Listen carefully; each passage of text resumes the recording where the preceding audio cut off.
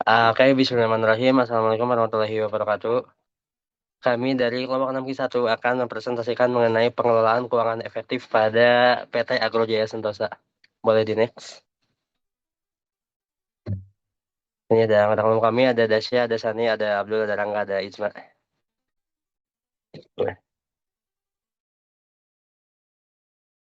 Oke, latar belakang dari presentasi ini adalah untuk menganalisis urgensi manajemen modal kerja pada PT Agro Jaya Sentosa di tengah pertumbuhan permintaannya yang sebesar 15%, di mana kendala piutang macet dan penumpukan persediaan mengancam likuiditas operasionalnya. Melalui penghitungan parameter finansial seperti net working capital, current ratio, dan quick ratio, studi ini bertujuan untuk merumuskan solusi strategis untuk mengoptimalkan arus kas dan efisiensi penagihan guna memastikan keberlanjutan serta kesiapan ekspansi perusahaan di sektor agribisnis.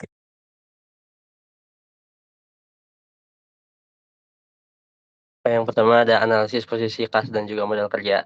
Untuk menghitung modal kerja, kita menggunakan NWC agar bisa mengukur dari kesediaan perusahaan terhadap kewajibannya jangka pendek. Nah, di dalam soal itu diketahui bahwa aktiva lancarnya itu 1.500 juta dan juga hutang lancarnya itu 1.200 juta. Maka tinggal dikurangin, maka hasilnya itu 300 juta. Nah, modal kerja ini bersifat positif sebesar 300 juta. Namun, kas perusahaannya itu hanya sebesar 350 juta. Sementara sebagian besar aktiva lancarnya itu berada dalam bentuk piutang, yaitu sebesar 500 juta dan persediaannya 650 juta. Kondisi ini itu menunjukkan bahwa tidak semua aktiva lancar itu dapat segera digunakan untuk membayar kewajibannya. Boleh di next. Nah, selanjutnya analisis piutang dan kolektibilitas.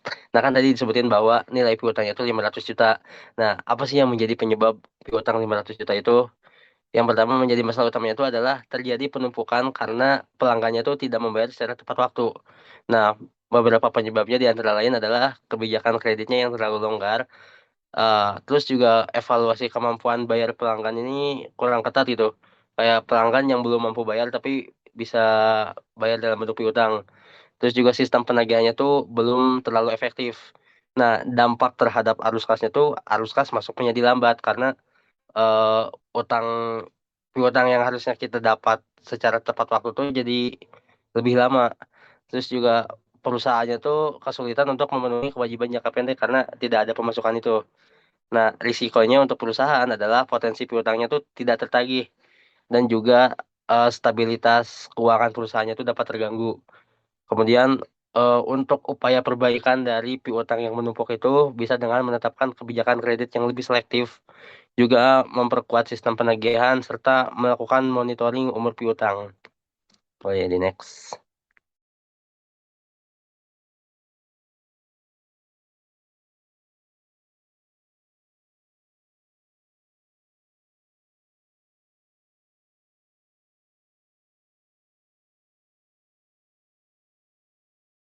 Selanjutnya siapa? Isma Padasya. Selanjutnya, analisis manajemen persediaan. Yang pertama itu ada pemahaman utang. Penting untuk memiliki pemahaman yang jelas tentang utang kita, termasuk yaitu kayak jumlah utangnya, tingkat bunganya, jangka waktu, dan komitmen pembayaran bulannya. Dengan pemahaman yang baik tentang utang, kita juga dapat membuat keputusan finansial yang lebih cerdas dan mengelola utang dengan lebih efektif. Yang kedua itu pembayaran tepat waktu. Salah satu tujuan manajemen utang adalah mengurangi utang dengan mengalokasikan lebih eh, banyak dana untuk membayar utang daripada hanya untuk membayar minimum pembayaran. Kita dapat mengurangi utang lebih cepat. Yang ketiga ada pengurangan utang. Salah satu aspek penting dalam manajemen utang adalah membayar cicilan utang tepat waktu membuat pembayarannya itu tepat waktu untuk membantu membangun catatan kredit yang baik dan menghindari denda keterlambatan pembayaran. Yang terakhir itu ada hindari peminjaman yang tidak perlu. Jadi manajemen utang yang efektif itu juga melibatkan menghindari pinjaman yang tidak perlu sebelum mengambil pinjaman. Jadi perlu untuk mempertimbangkan dengan cermat apakah pinjaman itu tersebut benar-benar diperlukan dan apakah kita dapat membayar kembali pinjaman tersebut dengan mudah.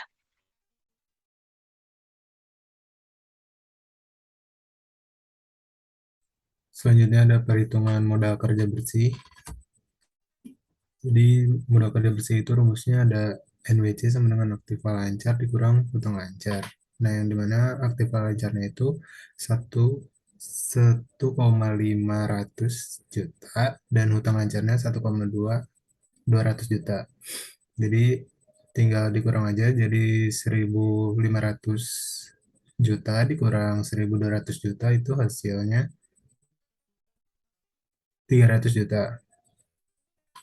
Nah, hasil perhitungan ini menunjukkan bahwa PT Agro Jaya Sentosa memiliki modal kerja bersih sebesar 300 juta. Hal ini menunjukkan bahwa aktiva lancar perusahaan masih lebih besar dibandingkan kewajiban lancarnya, sehingga perusahaan secara umum masih memiliki kemampuan untuk memenuhi kewajiban jangka pendeknya. Next.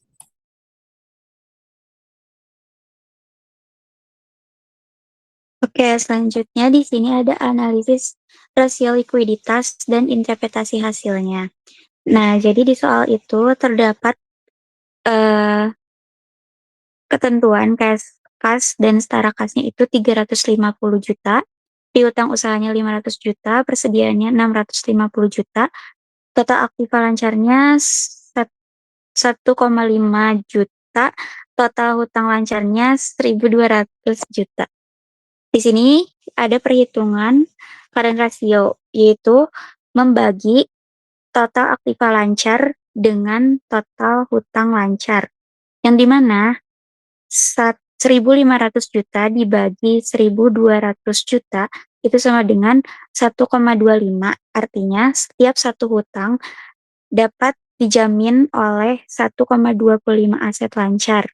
Hal ini terbilang pas-pasan karena walaupun perusahaan memiliki lebih aset sebanyak 0,25, tapi hal tersebut bisa digunakan untuk operasional lainnya dan tidak bisa digunakan untuk jangka panjang.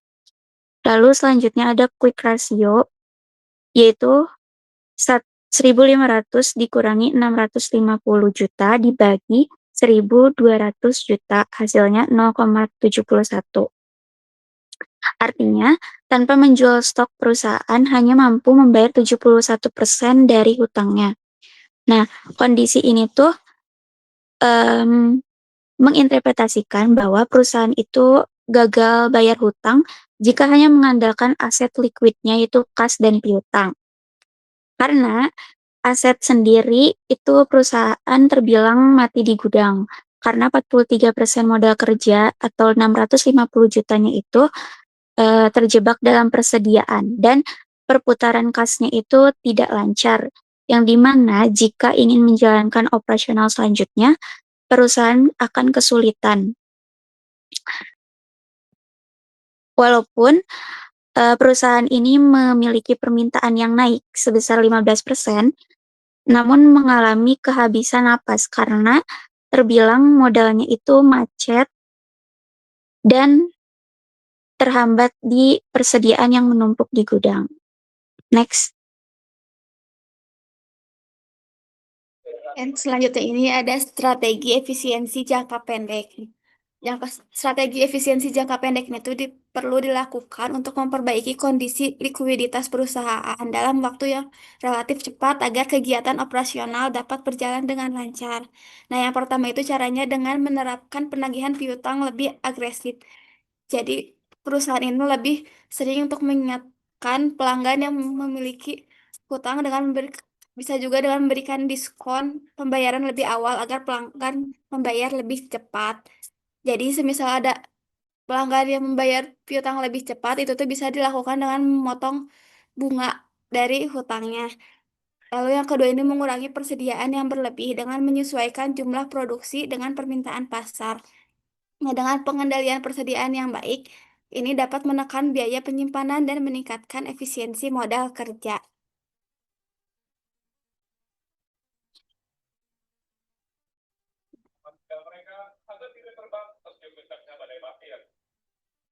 Selanjutnya ada strategi efisiensi jangka panjang. Nah, strategi ini tuh dilakukan untuk menciptakan sistem pengelolaan keuangan yang lebih stabil dan berkelanjutan.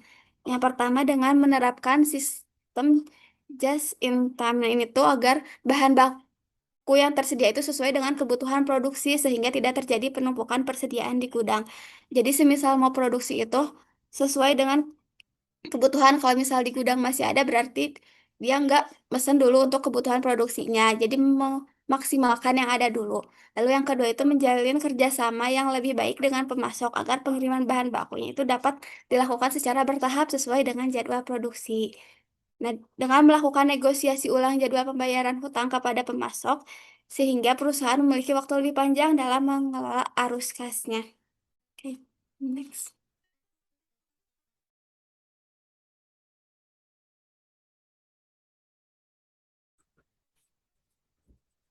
Selanjutnya, keputusan pengembangan bisnis, yaitu PT Agro Sentosa memiliki modal kerja bersih positif sebesar 300 juta, sehingga secara umum masih mampu memenuhi kewajiban jangka pendek perusahaan. Namun, sebagian besar aktiva lancar berada dalam bentuk piutang usaha dan persediaan, sehingga ketersediaan kas masih relatif terbatas. Lalu peningkatan permintaan pasar sebesar 15% menjadi peluang bagi perusahaan untuk meningkatkan produksi dan memperluas penjualan. Lalu perusahaan juga perlu mengelola piutang dengan lebih efektif agar pembayaran dari pelanggan dapat diterima lebih cepat dan arus kas tetap stabil. Lalu pengendalian persediaan bahan baku dan produk. Jadi perlu dilakukan agar tidak terjadi penumpukan stok yang dapat meningkatkan biaya penyimpanan.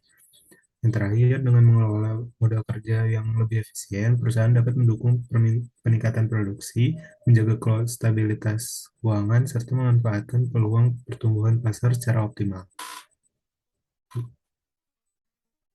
Next.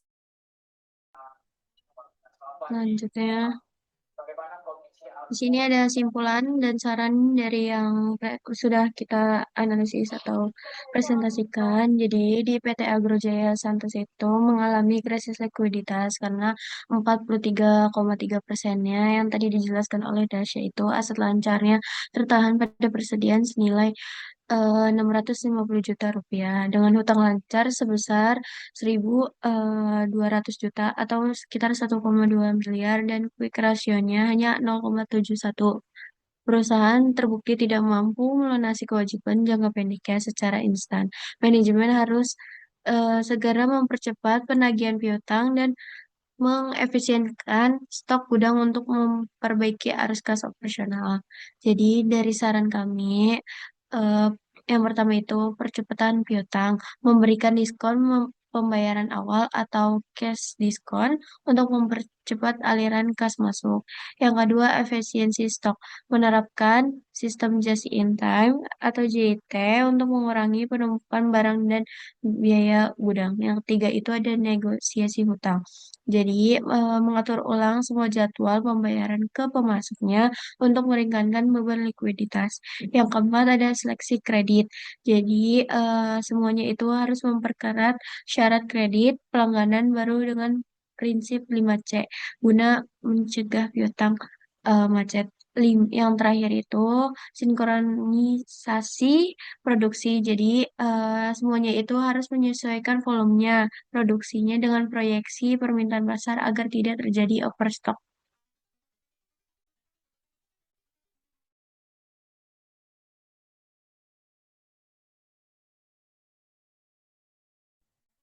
Oke, mungkin cukup sekian presentasi dari kelompok kami. Mohon maaf apabila ada kekurangan atau salah kata. Wabillahi taufiq wal hidayah. Wassalamualaikum warahmatullahi wabarakatuh.